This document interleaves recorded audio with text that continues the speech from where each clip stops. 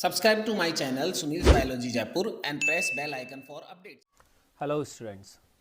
So in last class we had a talk about restriction endonuclease, that how the restriction endonuclease work, and in last discussion it was clear that the restriction endonucleases are the specific endonuclease which identify a specific palindromic sequence and cut it from there. Fine. So in our NCERT there is a one diagram given, and which is a very important to show that how the rDNA is formed by the action of the restriction endonuclease, and the one example of restriction endonuclease EcoR1 has taken over there. Before I go in the detail of this diagram, let me talk one more thing. We all remember कि जब भी DNA, if suppose this is a DNA, जब भी DNA कोई भी DNA होता है उसमें से किसी मेरे डिज़ायरेबल DNA को कट करना. Suppose this is the desirable DNA, desirable sequence of the DNA here. ये मेरा जो बॉक्स में मैंने बनाया, this is the desirable DNA sequence जो कि मेरे को चाहिए. एंड बिफोर दिस हेयर यहाँ एक जीन सीक्वेंस है न्यूक्लियोटाइड की, पैलिंड्रोमिक सीक्वेंस है GAATTC, और यहाँ पर भी GAATTC, and here also GAATTC, and here GAATTC. Just very next to मेरा डिज़ायरेबल जीन जो है, ये डिज़ायरेबल जीन जो है उसके राइट एंड लेफ्ट साइड अगर मेरे पास एक पैलिंड्रोमिक सीक्वेंस है, and if I use the EcoR1, तो मैंने कहा था EcoR1 जो है GAATTC वाली सीक्वेंस को जो है 3' 5' 1 5' 3 जो है रीड करता है और उसको कट करता है. तो और कहाँ से करता है? G और A के बीच में से. तो देखो इसको ये यहाँ से कट करेगा, ये यहाँ से कट करेगा. Okay, and in that way अगर ये DNA कट होगा तो देखो ये DNA जो कट हुआ वो कैसे कट हुआ. यहाँ से कट करने के बाद ये एक सिंगल न्यूक्लियोटाइड चेन बनी है ना. तो AATTC, एंड देन ये DNA चल रहा है, फिर यहाँ हो गया ये GCTTA.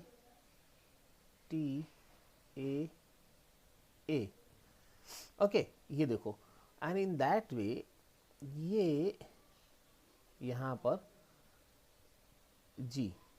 ओके, और ये मेरा एक डिज़ायरेबल DNA हो गया. यहाँ ये देखो ये स्टिकी एंड बन गया, इसके इस टर्मिनल पे एक स्टिकी एंड बन गया, यहाँ ये एक स्टिकी एंड बन गया. देखो हमने क्या कहा था, रिकॉम्बिनेंट DNA टेक्नोलॉजी के दौरान हम क्या लेते हैं, we use the sticky end, the EcoR1 जो स्टिकी एंड प्रोड्यूस करता हो.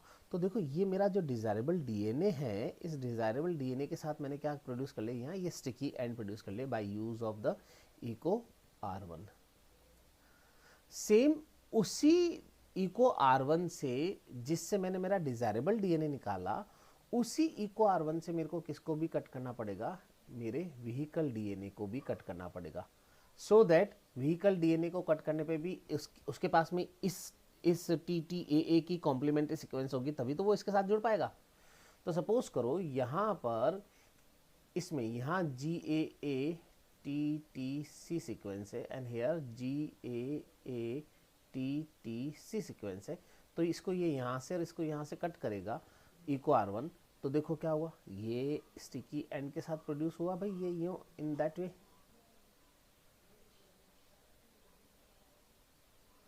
ये देखो ये इस तरह के स्टिकी एंड के साथ ये प्लाज्मिड प्रोड्यूस हो जाएगा मेरा यहाँ पर. ठीक है, तो ये जैसे ही स्टिकी एंड के साथ प्रोड्यूस हुआ तो यहाँ पर मैं क्या कर सकता हूँ, मेरे इस डिज़ायरेबल DNA को इंसर्ट कर सकता हूँ इस जगह, और मैं rDNA बना सकता हूँ. ओके, तो इसी चीज़ को आपके यहाँ NCERT में एक डायग्राम के थ्रू समझा रखा है. बहुत अच्छा डायग्राम है NCERT में, and thanks to NCERT for giving this such a wonderful diagram to explain the concept. Action of restriction endonuclease के लिए देखो ये वेक्टर DNA ले लिया हमारा. ओके, वेक्टर DNA जिसको मैं व्हीकल DNA भी बोल सकता हूँ. ओके, और also named as carrier DNA, ये मेरा कैरियर डीएनए भी कहलाता है। तो व्हीकल डीएनए और द कैरियर डीएनए और द वेक्टर डीएनए वो डीएनए है जो कि मेरे डिज़ायरेबल डीएनए को, फॉरेन डीएनए जिसको हमने बोला, या जिसको मैं मेरा डिज़ायरेबल डीएनए कह सकता हूँ, या जिसको मैं पैसेंजर डीएनए कह सकता हूँ। This is also called as passenger DNA और alien DNA, this is the alien DNA. ठीक है, तो ये एलियन डीएनए या पैसेंजर डीएनए या डिज़ायरेबल डीएनए जिसको मेरे को इस वेक्टर डीएनए के साथ अटैच करके और मेरे को क्या करना है, एक आरडीएनए बनाना है। अब डेफिनेटली अगर मेरे को इससे आरडीएनए बनाना है, मेरे को अगर मेरा ये डिज़ायरेबल डीएनए या व्हीकल डीएनए को कंबाइन करके आरडीएनए बनाना है, तो मेरे को एक चीज़ ध्यान रखनी पड़ेगी कि रेस्ट्रिक्शन एंडोन्यूक्लियस जिसकी हेल्प से मैं वेक्टर डीएनए को या व्हीकल डीएनए को या एक कैरियर डीएनए को कट कर रहा हूँ, उसी सेम रेस्ट्रिक्शन एंडोन्यूक्लियस की हेल्प से ही मेरे को फॉरेन डीएनए या डिज़ायरेबल डीएनए या पैसेंजर डीएनए या एलियन डीएनए को भी कट करना पड़ेगा। क्यों? तभी उन दोनों के अंदर क्या होगी, कॉम्प्लीमेंट्री सीक्वेंसेस आएंगी और वो क्या कर पाएंगी, एक दूसरे के साथ ज्वाइंट हो पाएंगी।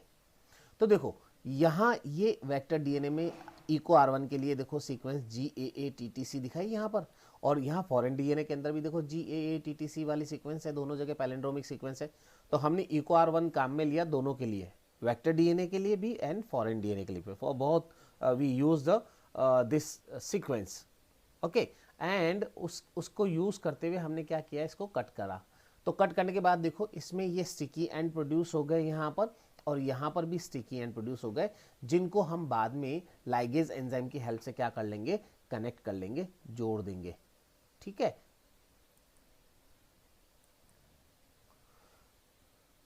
अब यहाँ पर ये देखो ये कॉम्प्लीमेंट्री सीक्वेंसेस बन गई, जिनको हम बाद में क्या कर सकते हैं, मैंने अभी जैसा कहा यहाँ पर हम इनका लाइगेशन कर सकते हैं with the help of DNA ligase enzyme. ये डीएनए लाइगेज एंजाइम यहाँ यूज होगा और वो इन दोनों को जोड़ के, ये देखो ये एक आरडीएनए बन जाएगा इस तरह से, इन दैट वे। फाइन, तो ये फंक्शन हुआ यहाँ पर किसका, रेस्ट्रिक्शन एंडोन्यूक्लियस का। ओके, नाउ आफ्टर दैट अब अगला कैटेगरी ऑफ एंजाइम्स जो आए, थर्ड कैटेगरी। देखो पहला कैटेगरी अपन ने डिस्कस किया लाइजिंग, सेकेंड हमने डिस्कस किया restriction endonuclease. Now third category of enzyme जो कि यूज होते हैं during the rDNA technology, and that is synthesising enzyme.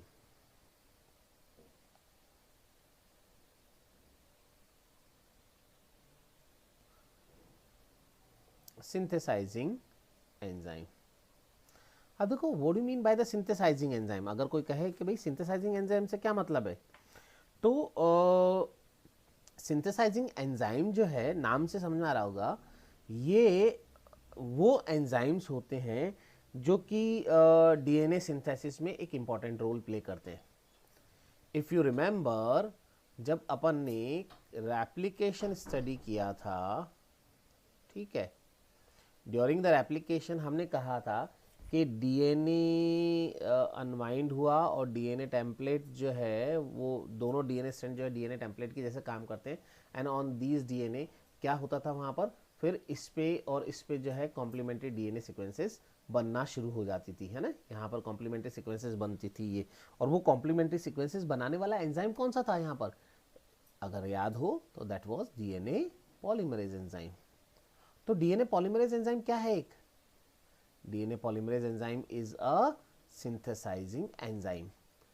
Now important बात क्या है, DNA polymerase enzyme जो है ये DNA के ऊपर DNA बनाता है, मतलब टेम्पलेट स्ट्रैंड वहाँ कौन सा होगा, DNA होगा, और DNA से DNA सिंथेसाइज करने का काम करता है। ये एक खास बात है DNA polymerase enzyme, यानी DNA polymerase enzyme is a one kind of the synthesizing enzyme। लेकिन अगर तुमको ध्यान हो, हमने रिवर्स ट्रांसक्रिप्शन भी पढ़ा हुआ है,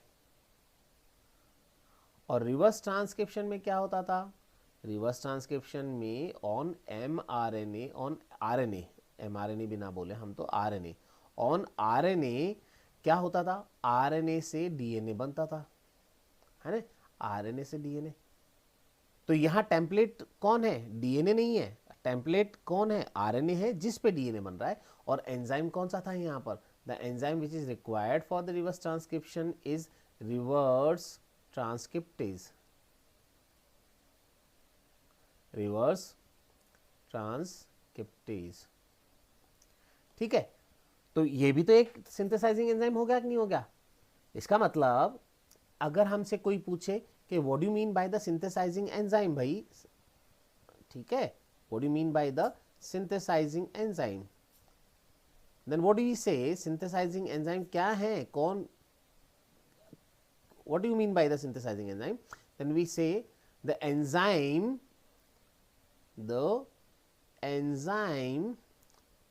which synthesize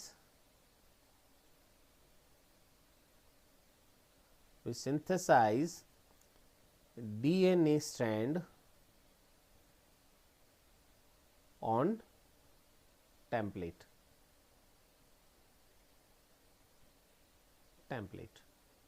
ठीक है, डीएनए स्ट्रैंड सिंथेसाइज करता है ऑन टेम्पलेट। ये टेम्पलेट क्या बोलूं मैं इसको, सूटेबल टेम्पलेट, भाई on suitable template, suitable templates के ऊपर। ठीक है, यहां पर मैंने एक वर्ड और लिख दिया, suitable template. And they can be categorise into, ये दो तरीके के होते हैं। सिंथेसाइजिंग एंजाइम जो है can be categorise into, दो तरीके से मैं कैटेगराइज कर सकता हूं इनको। व्हाट द टू आर, अभी एक बार एक चीज कही थी मैंने, एक तो है डीएनए पॉलीमरेज एंजाइम, ठीक है, डीएनए पॉलीमरेज एंजाइम जब सिंथेसाइज करता है तो देखो क्या, यहाँ ध्यान रखना टेम्पलेट कौन होगा, यहाँ टेम्पलेट स्ट्रैंड कौन सा होगा, तो डीएनए ही होगा, है ना, यानी डीएनए के ऊपर डीएनए बनता है। कब होता है, during the process of replication होता है, ये चीज़ तो रेप्लिकेशन के दौरान होगी, ठीक है। लेकिन दूसरा एंजाइम जो हम बात कर रहे हैं वो है रिवर्स ट्रांसक्रिप्टेज, रिवर्स ट्रांसक्रिप्टेज, ठीक है। रिवर्स ट्रांसक्रिप्टेज के केस में टेम्पलेट कौन होगा भाई, बोल दो जरा अपने मन में, टेम्पलेट इज आरएनए, याद रखना। प्रोसेस क्या होगा, what is the name of the process, ये कब होता है, तो हम कहते हैं प्रोसेस इज रिवर्स ट्रांसक्रिप्शन। तो डीएनए सिंथेसिस ही तो हो रहा है उस समय, तो हम इनमें से किसी एक मैकेनिज्म को काम में लेते हुए डीएनए बनवाएंगे, डीएनए बनाएंगे यहाँ पर अगर हमको सिंथेसाइज करना है तो रिवर्स ट्रांसक्रिप्शन या रेप्लिकेशन के प्रोसेस से। याद होगा रिवर्स ट्रांसक्रिप्शन को अपन ने टैमिनिज्म भी कहा था, टैमिनिज्म, ठीक है। तो ये इस तरह से। Now the next category of the enzyme, fourth category of the enzyme अगर मेरे से कोई कहे तो फोर्थ कैटेगरी ऑफ एंजाइम आ गया भाई यहाँ पर the joining enzyme, joining enzyme, this is the fourth category of enzyme. देखो जॉइनिंग एंजाइम क्या है यहाँ पर, अगर मेरे से कोई कहे what do you mean by the joining enzyme, तो मैं कहूँगा these are the enzymes which helps in sealing gaps in DNA fragments। जब डीएनए फ्रैगमेंट्स में अगर कोई गैप हो तो उनको सील करने के लिए, उनको कनेक्ट करने के लिए, उनको जोड़ने के लिए यहाँ पर जो एंजाइम काम आते हैं, these enzymes are what they are called as joining enzymes, and these joining enzymes help in the formation of phosphodiester bond। ये कैसे, मतलब क्वेश्चन आया भाई कि कैसे फ्रैगमेंट्स को कैसे जोड़ेंगे, है ना, ये डीएनए का टुकड़ा अगर है और ये डीएनए का टुकड़ा है ना, तो इसको इससे जोड़ना है तो कैसे जोड़ेंगे, तो हम कहते हैं भाई कि इन डीएनए को जोड़ने के लिए इनके बीच में क्या बनाएंगे, the phosphodiester bond will be form. तो ये फॉस्फोडाइएस्टर बॉन्ड बनाने वाले जो एंजाइम्स हैं, ठीक है, they are called as joining enzymes. तो ये जॉइनिंग एंजाइम्स भी यहाँ पर काम आएंगे। Then after that next is the next category of the enzyme is alkaline phosphatase. अगली कैटेगरी का एंजाइम क्या हो गया यहाँ पर?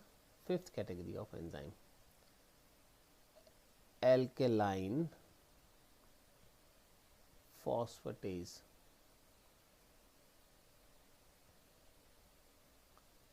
Alkaline phosphatase. Okay. Alkaline phosphatase is the enzyme which actually cut off phosphate groups. Phosphate group from 5' end of linearized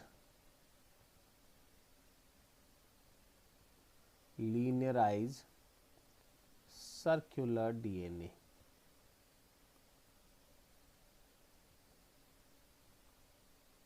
To stop its recircularization.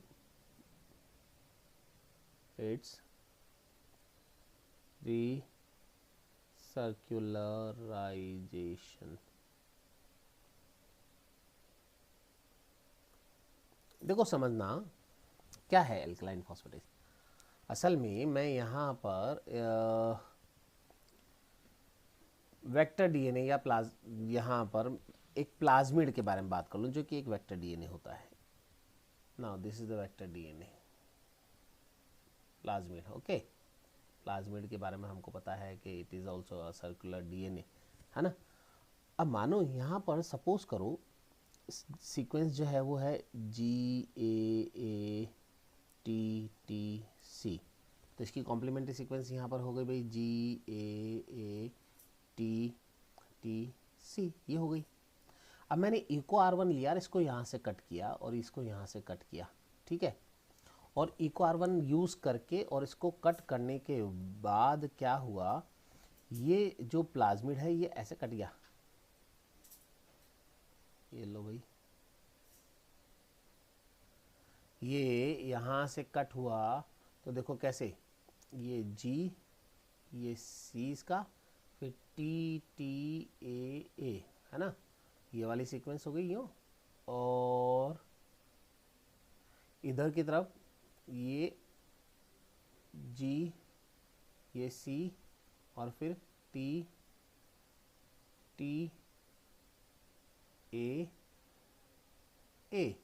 और इस तरह से अगर आप देखोगे तो देखो यहाँ एक स्टिकी एंड बना और यहाँ ये स्टिकी एंड बना, ठीक है। हमने क्या करा, इस सर्कुलर डीएनए को लीनियराइज कर दिया यहाँ पर इको R1 रेस्ट्रिक्शन एंडोन्यूक्लियस लेकर उसको कट करके। लेकिन you will surprise to know कि होता क्या है, जैसे ही ये इको R1 इसको लीनियराइज करेगा कट करके, ये दोनों के दोनों जो एंड से वापस जुड़ जाएंगे अगर यहाँ एल्कलाइन फॉस्फेटेज एंजाइम काम में नहीं लिया जाए मीडियम में। द रीजन बिहाइंड, यहाँ जो ये न्यूक्लियोटाइड है, ये न्यूक्लियोटाइड इसके फिफ्थ एंड पे यहाँ पर जो फॉस्फोरस है, वो फॉस्फोरस तुरंत इस वाले न्यूक्लियोटाइड 3' पर जो न्यूक्लियोटाइड है उसके साथ कनेक्ट हो जाएगा, यहाँ से जुड़ जाएगा और जुड़ के वापस क्या कर देगा इसको यहाँ पर, ये वाला इसके साथ और ये वाला इसके साथ, इस जी के साथ यहाँ पर, है ना, ये अगला वाला यहाँ के साथ जुड़ के और वापस क्या कर लेगा, ये वापस सर्कुलराइज हो जाएगा, रिसर्कुलराइज हो जाएगा। तो मेरे को करना क्या है, यहाँ से इस फॉस्फोरस को, जो ये फॉस्फोरस है इस 5' एंड पे, इस फॉस्फोरस को यहाँ से रिमूव करना पड़ेगा ताकि जो फॉस्फोडाइएस्टर बॉन्ड्स बनने की जो ये टेंडेंसी हो रही है, वापस रिसर्कुलराइज होने की जो टेंडेंसी हो रही है, वो टेंडेंसी इनकी क्या हो जाए, खत्म हो जाए। And for this alkaline phosphatase is required, जो कि इस फॉस्फोरस ग्रुप को यहाँ से हटा देगा, तभी ये कैसा रहेगा, लिनियराइज रहेगा, तभी मैं इसमें मेरा डिजायरेबल डीएनए क्या कर पाऊंगा, इंसर्ट कर पाऊंगा, नहीं तो इंसर्ट ही नहीं कर पाऊंगा। इसको इको R1 से काटा और वापस जुड़ गया, फिर काटा फिर जुड़ गया, फिर काटा फिर जुड़ गया, वापस यही होता रहेगा। चाहे कोई सा भी रेस्ट्रिक्शन एंडोन्यूक्लियस ले लूँ, उस पर्टिकुलर स्पेसिफिक जगह से कट करने के बाद वो वापस कनेक्ट हो जाएगा if we are not using alkaline phosphatase enzyme.